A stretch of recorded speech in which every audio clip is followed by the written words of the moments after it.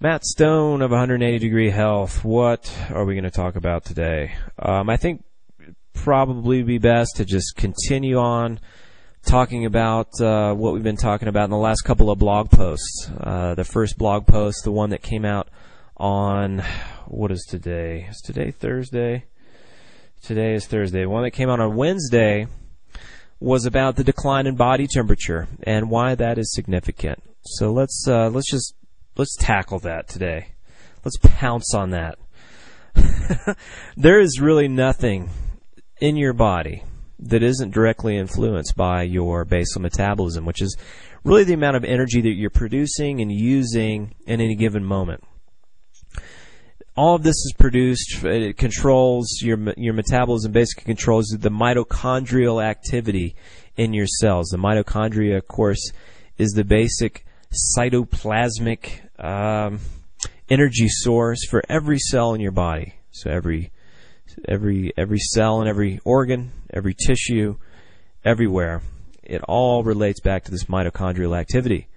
So this is obviously very substantial and significant. It's hard to, a lot of people don't understand the significance of this, though. Having a high metabolism and having high mitochondrial activity ensures that you have increased keratinization or protein turnover.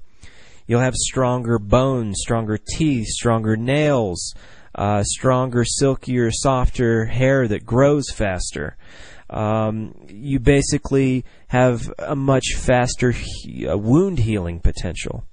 So all the things, you just think about how far-reaching that one basic thing is. We're talking about healing from injury, healing from infection, healing from inflammation, healing from exterior inflammation with wounds. Everything, every tool that our body uses to make us healthier and to preserve our health and to repair our health when it's broken is directly related back to mitochondrial activity and the basal metabolism, which really the best indicator of that overall level of basal metabolism, which is what your body is using when it's totally at rest, it's not digesting anything, you don't have a fever, there's no metabolic processes going on that might influence that.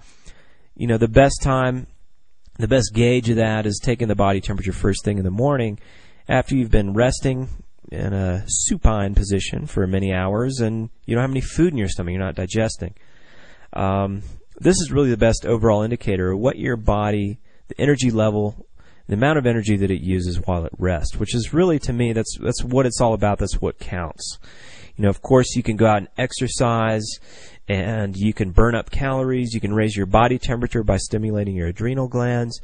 And truth be told, that probably is where a lot of the benefits of exercise and associations, the positive correlations with exercise come from, is that people naturally have low metabolism. They're not burning fatty acids. They're not burning off triglycerides in their diet. They're not burning off excess glucose that might be pouring into the bloodstream of a person that is incapable of burning that off because of a low metabolism. Exercise, a lot of that probably, is stimulating. You sort of have a pseudo-high metabolism for a matter of an hour or two while you're exercising. But it's not really the end-all, be-all. It's not the solution. Of course, if you can no longer exercise because you're too old or you lose interest or whatever the reason, you have an injury, then it all comes back to haunt you, and you're right back into that hypometabolic state, and you start to have health problems from that, such as fat gain and increases in triglycerides and stuff like that.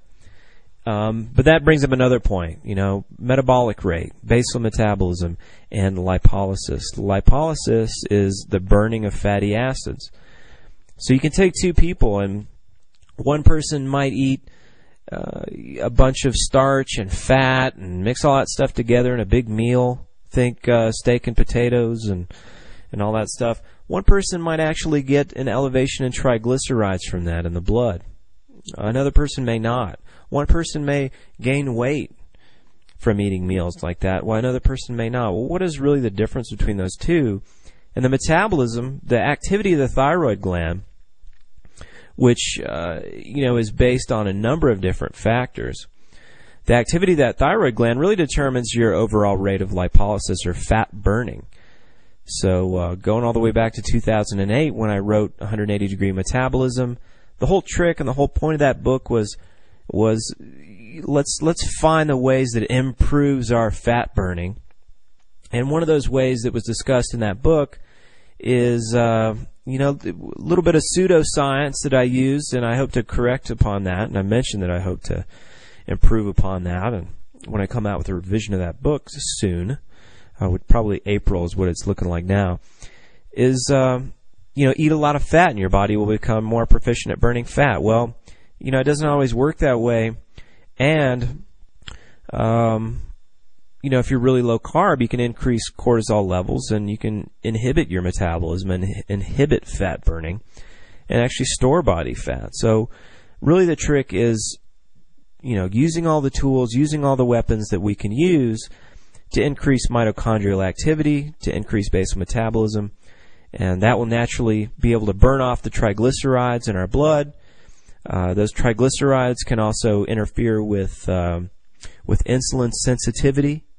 So a drop in triglycerides, not because we're avoiding carbohydrates or avoiding the fat-carbohydrate combo, which can lead to an elevated serum triglyceride level. We're not trying to avoid that. We're trying to fix the problem by burning those triglycerides effectively. So that's another very key, very important, far-reaching link between the basal metabolism, your body temperature, and some of the metabolic syndrome type things that we're seeing going on in the world. What next? Yes, so we talked about white blood cells, the leukocytes. The leukocytes tend to rise with body temperature. They tend to fall as body temperature falls. So there's, obviously exceptions to that. That's a pretty sweeping generalization. But in Ansel Keys' starvation study, the biology of starvation that I've been so diligently reading and taking notes on, that is one thing that they monitored and noticed a very clear-cut change, drop in white blood cells by up to 35%. Now, again, our white blood cells, we have all different kinds, basophils, eosinophils, all these different kinds of white blood cells that do all these different kinds of functions in the body. They protect us from parasites and bacteria and all different forms of invaders. Having a reduced amount to go along with your low body temperature, you think that might be significant? We look at all the links between cortisol, inflammation, chronic infection. All these things can be traced back to having a low basal metabolism. And, having a low basal metabolism is very counterproductive. And I think a lot of arterial lesions actually come from a chronic infection of a bacterial strain called chlamydia pneumonia. It's not the STD form of chlamydia. It's another form. But I think these, it's pretty well documented that a lot of heart disease stems from this. We look at Helicobacter pylori. Again, it's one of those bacterial invaders that inhabits the stomach, causes digestive problems, can cause ulcer, and so forth. That's been really well documented, understood. Of course, we have all kinds of viruses and pathogens that are now forming close associations with various cancers and other degenerative diseases, autoimmune disease, autism. All those things have very close links to pathogenic organisms, retroviruses, etc. So having a low basal metabolism and a low white blood cell count, you bet that is a huge, huge important link. Finally, a lot of times our bodies just use actual heat to kill off invaders and kill off infection by raising the body temperature, as in having a fever. So of course, having a low body temperature is sort of the antithesis. It's the opposite of what our body uses to fight off infection, and having a low body temperature makes that awfully hard to do. So anyway, it's a very interesting link. It's something I really, I think we're lucky to have latched onto and are exploring here at 180 Degree Health. But we'll get into that some more. And thanks for listening. This is Matt Stone of 180 Degree Health.